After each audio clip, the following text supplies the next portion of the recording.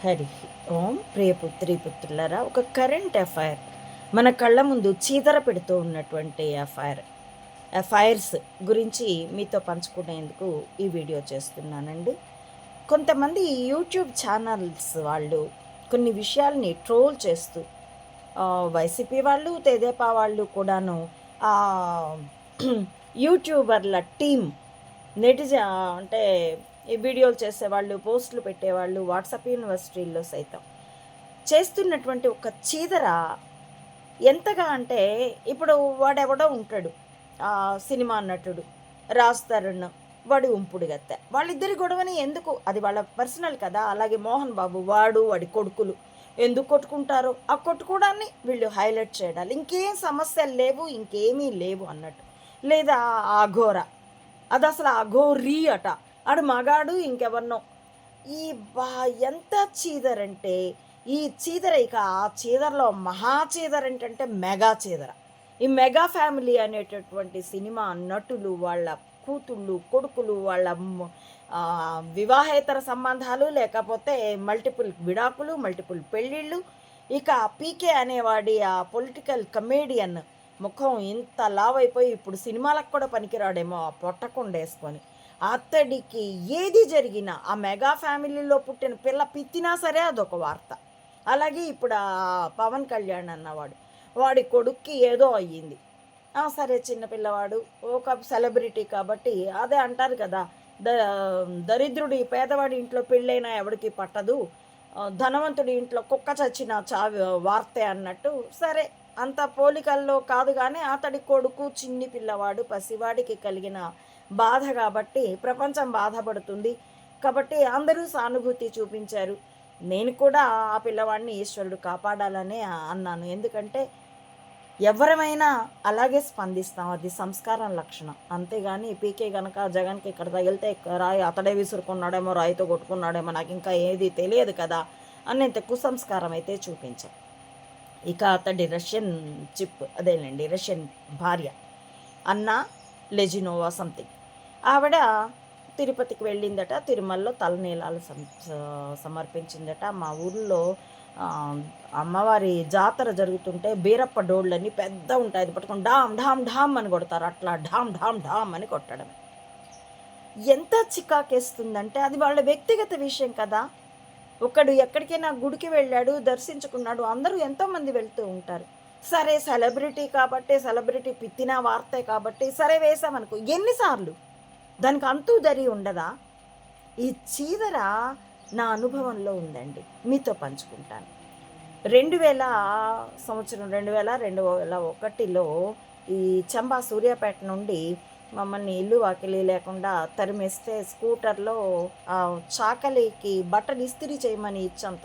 ముగ్గురు ఒక్కొక్క జత, 2 జతలు అవి స్కూటర్ డిక్కీలో వేసుకొని హైదరాబాద్ వెళ్ళి చంబాని కలిసి మమ్మల్ని హెరాస్ చేస్తున్నారు అంటే, అప్పటికి పీచు మిఠాయి రంగు వేసుకుండేవాడు ఆ బొల్లి గడ్డానికి.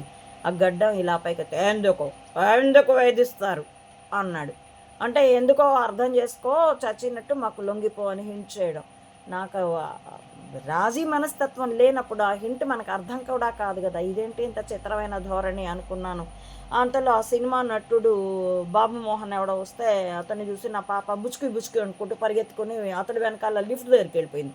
ఆ లిఫ్ట్లో వెళ్ళిపోతుందేమో అని భయపడి నేను పరిగెత్తి వెళ్ళి నా పాపని మళ్ళీ ఆమెను చేయి పట్టుకొని తిరిగి మళ్ళీ క్యారిడార్లో ఎక్కడ నేను నిలబడి అతనితో మాట్లాడుతున్నాను చెంబాతో, ఆ చెంబా అక్కడే నిలబడ్డాడు తిరిగి నేను వచ్చే వరకు. అర్థమైపోతుంది కదా నెసెసిటీ ఏమిటో. అయినా కానీ నేను పైకి తేలలేదు. ఆ తదుపరి ఆ పంచన ఈ పంచన ఏడాది పాటు తిరిగి చివరికి నా తమ్ముళ్ళకి అప్పటికి వాళ్ళకి హవా నడుస్తోంది, లోకేష్తో స్నేహం. చెంబా ఇంటిలోకి అనుమతి అవసరం లేనంతగా ఏదేశ్చ సంచారం. ఆ భువనేశ్వరి అనేటటువంటి చెంబా భార్య, ఆమె 5 లక్షలు ఏమో ఇచ్చిందట. అప్పటికి అది పెద్ద మొత్తమే. రిబ్బన్ కటింగ్ చేసి ఆ జూబ్లీ హిల్స్ చెక్ పోస్ట్ దగ్గర నా తమ్ముళ్ళకి కారు డెకార్స్, కార్లకి ఇంటీరియర్ డెకరేషన్ చేస్తారు కదండి, ఇప్పుడు దాని పేరేంటో నాకు గుర్తు రావట్లేదు. ఆ వ్యాపారం, సినిమా సెలబ్రిటీలు, పొలిటికల్ సెలబ్రిటీలు, టాప్ పర్సన్స్ అంతా వాళ్ళ కస్టమర్లే. రోజుకి నా తమ్ముడి టర్న్ ఓవరే 1,00,000 అని చెప్పుకున్నాడు. నా చిన్నమ్మల పిల్లల్ని అందరినీ చేరదీసి వాళ్ళకు ఉపాధి చూపించాడు. మాకు మాత్రం మీరింతటి వాళ్ళకి మేమేం చేయగలం అని అన్నాడు. సరే తన దగ్గరలో అందరికీ చిన్న చిన్న ఇళ్ళు అద్దెలకి ఇప్పించాడు. నాకైతే మాత్రం నానల్ నగర్ బస్తీ, అది మెహదీపట్నంకి టోలీ చౌక్కి సమాన దూరంలో ఉంటుంది. ఆ బస్తీ అయోధ్య నగర్ అనే ఒక పాష్ కాలనీకి ప్రక్కన ఉంటుంది. ఆ బస్తీలో అందరూ ఒక 4-5 వీధులు ఉండే బస్తీ, అందరూ వేశ్యావృత్తిలో ఉన్నవాళ్ళు, పాచి పనులు చేసుకునేవాళ్ళు. మగవాళ్ళైతే ఆటో తోలుతూ ఉంటారు. నిద్రలేస్తే నీచపు భాష. సరే అక్కడ నేను పడిన వేధింపు, రామోజీరావు మాపై వేధింపు, అందుండి మేము నేర్చుకున్న పాఠాల్లో నేను వివరించి ఉన్నాను కూడాను. రిపీటెడ్గా చెప్పడం నాకు కొంత విసుగ్గా కూడా ఉన్నది. అయితే ఆ బస్తీలో ఉన్నప్పుడు 4 గదులు, ఒక గదిలో ఓనరు, మిగతా రేకుల గదులు మేము ఉండేవాళ్ళం. ఓనర్ది అదే గది. చాలా వేధింపు. వర్షం వస్తున్నప్పుడు అందరూ లోపల ఉంటారు. ట్యాప్ వస్తుంది, మున్సిపల్ కుళాయి, అందులో నీళ్లు పట్టి మేమైతే అందరూ వాడే గచ్చులో పోయాలి. చివరికి మేము ఆ గచ్చులో వాడుకోము అన్నా సరే మీరు అద్దెకున్నారు కాబట్టి పోయాల్సిందే, తలా 20 కడవలు. ఇలా అందరికీ కరెంటు తీయదు, నాకు మాత్రం కరెంటు తీసేస్తుంది. కాలేజీకి అప్పట్లో క్లాసులు చెప్పేదాన్ని దిల్సుఖ్ నగర్లోను, ఎస్ఆర్ నగర్లో కొంతకాలం, దిల్సుఖ్ నగర్లో కొంతకాలం. మెహదీపట్నం వరకు నా భర్త నన్ను స్కూటర్ మీద దింపితే అక్కడి నుంచి దాదాపు 2 బస్సులు మారి వెళ్ళేదాన్ని. కరెక్ట్గా నా కాలేజ్ టైంకి నా ప్రక్క గదిలో అద్దెకు ఉండే ఒక వేశ్య, 3 పిల్లలు ఉండేవాళ్ళు. భర్త చనిపోయాడో విడిపోయాడో తెలియదు. మరొకడు ఎవరితోనో అక్రమ సంసారం చేస్తూ ఉండేది. వాడు గనక ఒక 10 రూపాయలు, అప్పట్లో 10 ఉండేది, ఎద్దు గేదె మాంసం. అది పొద్దున్నే ఈవిడికి సైకిల్ మీద తెచ్చి ఇవ్వబడితే నాకు అర్థమైపోయేది, ఈరోజు ఈ స్త్రీ నన్ను మరింత హెరాస్ చేయబోతుంది. సరిగ్గా స్నానానికి వెళ్ళేటప్పుడు కామన్ బాత్రూమ్, అందులో ఆవిడ దూరిపోయేది, బయటకు వచ్చేది కాదు. స్నానం చెయ్యకుండా నేను క్లాస్కి వెళ్ళలేను. రాత్రి ఉదయం లేచి లేవగానే స్నానం చేయడం అలవాటు పడి ఉంటాం కదా. దాంతో ఎంత బాధకు గురయ్యానంటే చివరికి నా గదిలోనే కూర్చొని ఒళ్ళు కడుక్కొని క్లాసులకు వెళ్ళడం. ఇలాంటి హెరాస్మెంట్ అంతా భరించలేక దీంట్లో నా తమ్ముడు చూసిన ఆ గది కాకుండా మరో గదికి నా తమ్ముడితో టర్మ్స్ కట్ అయిపోయాక, ఎందుకంటే వాళ్ళని చూసి కూడా మేము లొంగే దగ్గరలేము అవినీతికి, దాంతో మమ్మల్ని కట్ చేశారు. తర్వాత మా తమ్ముళ్ళని కూడా కట్ చేసేసాడు చంబా. మళ్ళీ కూరలో కరివేపాకు అంతే కదా, మామనే వాడుకొని బయటకు దొబ్బేసిన వాడు.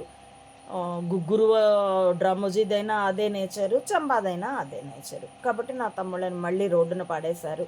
వాళ్ళు మళ్ళీ ఏదో కష్టపడి ఇప్పటికీ ఏదో మెస్ నడుపుకుంటూ, పెద్ద తమ్ముడు కొంచెం బెటర్గా ఉన్నాడు, చిన్న తమ్ముడైతే ఇంకా క్యాబ్ డ్రైవర్గానే ఏమో నడుస్తున్నాడు. ఒకప్పుడైతే హెరిటేజ్కి నడిపాడు సొంత బళ్ళు. ఇప్పుడైతే పరిస్థితి ఎలా ఉందో నాకైతే తెలియదు.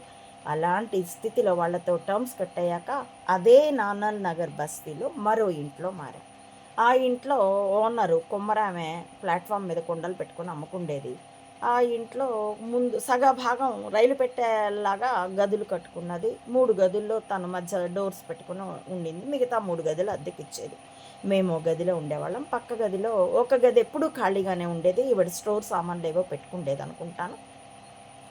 ఒక గదిలో పక్కన ఎవరో ఒకళ్ళు ఉండేవాళ్ళు. ఆ గదిలో ఒక జంట దిగారు. తెగ కొట్టుకుండేవాళ్ళు, బూతులు తిట్టుకుండేవాడు వాళ్ళు. ఆ మగడు ఆమెను, ఒక 1.5 ఏళ్ల పిల్లాడు ఉండేవాడు, ఆమెను పళ్ళల్లోంచి రక్తం వచ్చేటట్టు కొట్టేవాడు.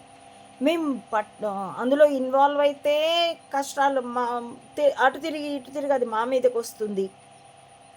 అతడు నా భర్త మీద చెయ్యి వేసిన, నన్ను బూతులు తిట్టిన ఆశ్చర్యం లేదు. నాకు అర్థమవుతుంది. మేము గమ్మున కూర్చుండేవాళ్ళం. ఇంటి ఓనరు అలాంటి వాళ్ళకి ఇల్లు అద్దెకిచ్చింది కాక మీరు చూస్తూ ఉంటారేంటి ఆంటీ వాళ్ళు అలా కొట్టుకుంటుంటే అంటూ వాళ్ళ అమ్మాయి. నేనేం చేయగలనమ్మా, అది భార్యాభర్తలు కూడా, మీరు పరిష్కరించుకోండి లేకపోతే ఖాళీ చేయించుకోండి, అంతేగాని నేనేం చేస్తాను అన్నాక వాళ్ళని ఖాళీ చేయించారు. అక్కడ ఎంత చీదరంటే, గంట క్రితం భయంకరంగా కొట్టుకుండేవాళ్ళు, తోసుకుండేవాళ్ళు. గంట తర్వాత అతడు ఆమెని, నువ్వు నా నవ్వుల మువ్వవే, నా పంచదార చిలకవే అంటూ ఉండేవాడు. ఆవిడ కిలకిలా నవ్వుతూ ఉండేది. ఆ విరసము వినలేము, ఆ సరసము వినలేము. సరిగ్గా భోజనం టైంకి గమ్మున ఇద్దరు బయటికి వెళ్ళి ఆ పిల్లాన్ని తీసుకొని వెళ్ళి ఎక్కడో తిని వచ్చేవాళ్ళు. ఏ పనికి వెళ్ళేవాళ్ళు కాదు. ఎందుకంటే వాళ్ళకి పే జరుగుతోంది అన్నది. ఇప్పుడు అంటూ ఉంటారే పేటీఎం బ్యాచ్ అని, నన్ను కూడా అంటూ ఉంటారు. అట్లాంటి పేటీఎం బ్యాచ్ అది. అప్పటికి ఆ పేరు పుట్టలేదు, ఎందుకంటే పేటీఎంఏ పుట్టలేదు కనుక. కాబట్టి ఆ చీదర చూసి ఎంత అసహ్యపడ్డానో. ఇంకో చోటుకి వెళ్ళడానికి అందున అప్పుడు జాబ్ కూడా ఊడగొట్టబడింది. ఎవరి దగ్గర అప్పు తీసుకుని తింటున్నాము. ఆ ఎరాలో అంతకంటే నీచం మా పెనం మించి పొయ్యిలోంచి గాడి పొయ్యిలోకి పడ్డారన్నట్టుగా వాళ్ళు ఖాళీ చేస్తారు. తదుపరి ఆ గదిలోకి పెంటమ్మ అనే ఒక పెద్ద వయసు స్త్రీ, ఒక 60 ఉంటాయి, అప్పటికి నాకు జస్ట్ ఒక 40 ఉంటాయేమో. ఆ దీంట్లో ఆవిడ వచ్చిన తర్వాత మేము ఏది తాగుతున్నా వచ్చి లాక్కొని చూసేది. మాది బ్లాక్ టీ కాబట్టి, ఓ నల్ల టీ నా పాలు లేవా అంటూ ఇచ్చేసిపోయేది. ఒకవేళ ఉంటే లాగేసుకుంటుంది. నా పాప ఏదో బిస్కెట్లు తింటుంటే లాగేసుకుని తినేసింది. ఏమంటాం? వాళ్ళ లెవెల్ ఉన్న ఆ స్థాయి బస్తీలోకి మనం వచ్చి ఉంటున్నాం. మనం ఉన్న దగ్గరికి వాళ్ళు రాలా. కాలం మనది కాదు, స్థాన బలిమి అంతే. కాబట్టి గమ్మునుందాం. ఎందుకంటే అలవి కాని చోట అధికులమన రాదు అన్న పద్యం గుర్తు తెచ్చుకో మరీ ఓర్చుకుంటూ ఉండేవాళ్ళం.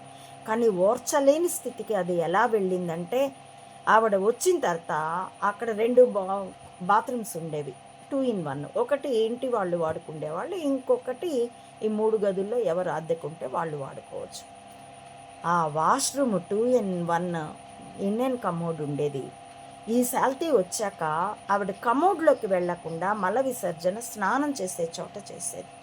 నీళ్లు కొట్టేది కాదు, అట్లా వదిలేసి వచ్చేసేది. నేను మొదట స్నానానికి కాలేజీకి వెళ్ళాలి. అప్పుడైతే కాలేజ్ లేదు, కానీ స్నానం చేయడం అవసరం. వెళ్తే అక్కడంతా అలా ఉంటుంది. ఈశ్వరా, ఈ దీంట్లో అయితే గదిలో స్నానం చేయడానికి తూములు లేవు. అక్కడ నేలను తుడుచుకోవాల్సిందే తప్పితే కడగడానికి లేదు. స్నానం ఎలా చేయగలను? ఎంత నరకం చూసామంటే తదుపరి ఒక నెలలోనే అక్కడున్న సామాన్లు, చిన్న చెంబు, తపాళ, కెరసనాయిల్ స్టవ్ వదిలేసుకొని వచ్చేసాం. అక్కడ చీదర ఎంత భరించానంటే, ఇంటి ఆమెకి కంప్లైంట్ చేస్తే, ఏమో నువ్వే చేస్తున్నావేమో. నేను ఆ గదిలోకి వచ్చి 4-5 నెలల పైన అయింది. ఈ శాలరీ వచ్చి జస్ట్ 1 నెల కూడా అవ్వలేదు. నేనే చేస్తూ ఉండేటట్లయితే ముందు నుండి ఉండాలి కదా. ఆ లాజిక్ ఆ కొమ్మర ఆమె పట్టించుకోదు. ఆమె ఎప్పుడు మొగుడిని తిడుతూనే ఉంటుంది, బట్టలు ఉతుకుతూ ఉంటుంది, మొగుడిని తిడుతూ ఉంటుంది. వాషిటాకి అని ఆవిడకి పేరు పెట్టుకుని మా కష్టాల్లో నవ్వుకోవడానికి జోకులు పుట్టించుకుండేవాళ్ళం మేము. ఆ శాలరీ అలా అన్నది ఇంటి ఓనర్, ఏమో నువ్వే చేస్తున్నావేమో. ఎంత నరకం కనబడిందంటే, కలలో ఒకసారి అటు ఇటు నిలువెత్తు మానవ మలపు పోగులు ఉంటే ఆ మధ్యలో ఇరుకుదారిలో నేను వెళ్తున్నట్టు, నా భుజాలకంతా ఆ మలం సోకుతున్నట్టు, ఆ వాసన కలలో కూడా, ఆ అనుభవం వాసన కూడా కలలో తెలిసింది. ఎంత జుగుప్స పడ్డానంటే గబాలన మెలకు వచ్చింది, వాంతి కూడా వచ్చింది. అది చూశాక నా భర్త ఏదైతే అదైంది. ఎక్కడ ఆశ్రయం దొరికితే దొరికింది, లేకపోతే ఇంతకుముందులాగా మళ్ళీ ప్లాట్ఫామ్స్ మీదే ఉన్నాం, వెళ్ళిపోదామని అంటే అప్పటికప్పుడు ఇంకా మర్నాడు బైక్ వేసుకొని అక్కడ ఉన్నవి అక్కడే వదిలేసుకొని వచ్చేసాం. ఇక్కడ ఒక చిన్న విషయం చెప్పాలి. మేము ఆ ఈనాడులో భాష నడుస్తూ ఉంటుంది కదా, మర్మ భాష సైడ్ సంపాదకీయం రాసే 3వ పేజీ అనుకుంటా, దానిలో ఒక సైడ్ బార్లో భూభ్రమణం అంటూ ఒక చిన్న చిన్న వార్తాంశాలు, సింగిల్ కాలం, డబుల్ కాలం ఏమో ఉండేది. 5 సెంటీమీటర్ల వార్తాంశాలు ఉండేవి. దానిలో రకరకాల దేశాల గురించి ఉండేది. Hungary, which has the capital Budapest, I think. అక్కడే చెస్ గేములన్నీ నడుస్తూ ఉండేవి, మనకి విజయ పరంపర వస్తూ ఉండేది. అలాంటి ఆయా దేశాలు, చిన్న చిన్న దేశాలు, చిన్న వార్తలు, జింబాబ్వేలు ఇట్లాంటివి, వాటి గురించి అవి ఆయా దేశాలు ఏ ఏ దేశాలకి లేదా ఏ ఏ వ్యవస్థలకి. ఎలియాసో నా భర్త గారిది చాలా చిన్న అక్షరాలు రాస్తారు, కానీ చాలా అందంగా రాస్తాడు. నా రాత కోడి గెలికినట్టుంటుంది. ఆయన రాసిన చిన్న స్లిప్పు అన్నీ ఇంపార్టెంట్వి తీసుకున్నాం, పుస్తకాలు, గీత అలాంటివి. బట్టలు అక్కడే వదిలేసాం, ఎందుకంటే బట్టలతో బయటకు వస్తే ఎక్కడికి వెళ్తున్నారు అంటుంది కదా. అంచేత అద్దె బకాయి ఏం లేము, ఆ నడిచిన 10 రోజులు అద్దె ఉంటామేమో అంతే.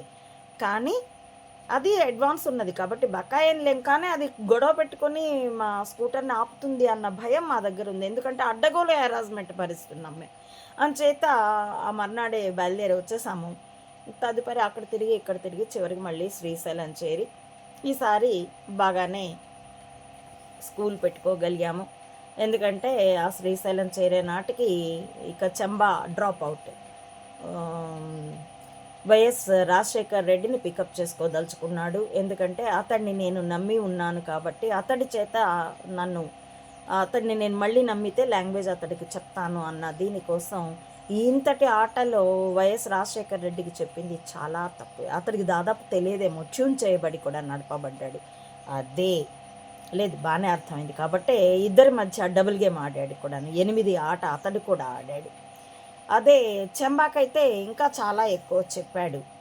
ఇలా చీదరని నేను ఎంత చీదరంటే మానవ మలపు పోగుల్లో అది అంటుకుంటూ ఉండగా నడిచి వెళ్ళవలసిన స్థితిని నా కళ నాకు స్ఫురింపచేసింది. అంత చీదరిని భరించాను. ఇప్పుడు పీకే అన్నవాడి అతడి పెళ్ళాం జుట్టు గొరిగించుకుంటే, లేదా అతడి అన్న మనవరాలు పీర్తితే ఇవన్నీ వార్తలై ట్రోల్స్ కూడా కాదు, పొగిడే వార్తలే చూస్తున్నాను నేను. ట్రోల్స్ అయితే అది నేను అంత ఎక్కువ చూడనండి. ఎందుకంటే అందులో సభ్యత తక్కువ ఉంటుంది, సంస్కారము తక్కువ ఉంటుంది. అంచేత నేను వాటిని థంబ్నెయిల్ చూసి తీసేస్తూ ఉంటాను, అసలు లోపలికి క్లిక్ చేయను. కానీ పొగడ్తలతో ఓరి ఈశ్వరా, ఆమె జుట్టు గొరిగించుకున్నది, తల నీలాలు వెంకటేశ్వరుడికి ఇచ్చింది. ఆమె క్రిస్టియన్ చెప్పుకున్నారు, ఇతడు బాప్తిజం తీసుకున్నాడు, క్రిస్టియన్సే.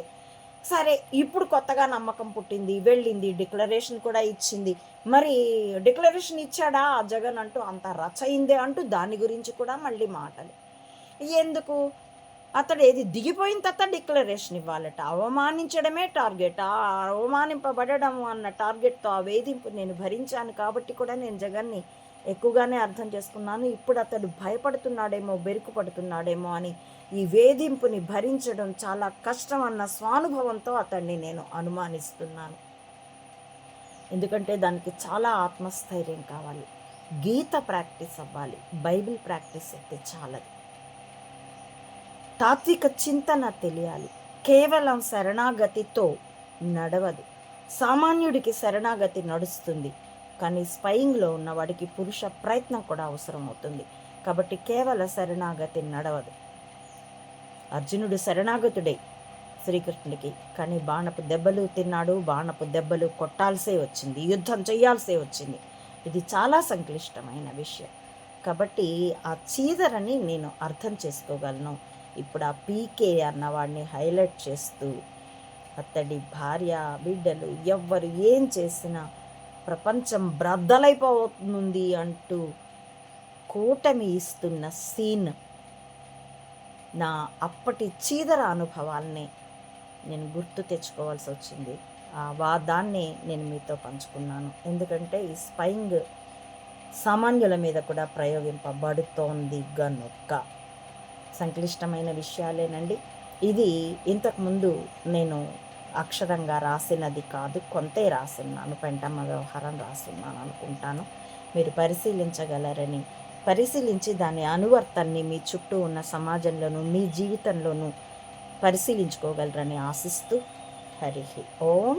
ప్రియపుత్రి పుత్రులారా, నా ఈ వీడియోల కంటెంట్ మీకు నచ్చితే please like, share and recommend my channel to others as well. Subscribe it. Please support అమ్మ ఒడి మాత Anantananda to spread the truth of either spying are spirituality up to the roots of the society as well. Support me financially also to win this war with wisdom as weapon. www.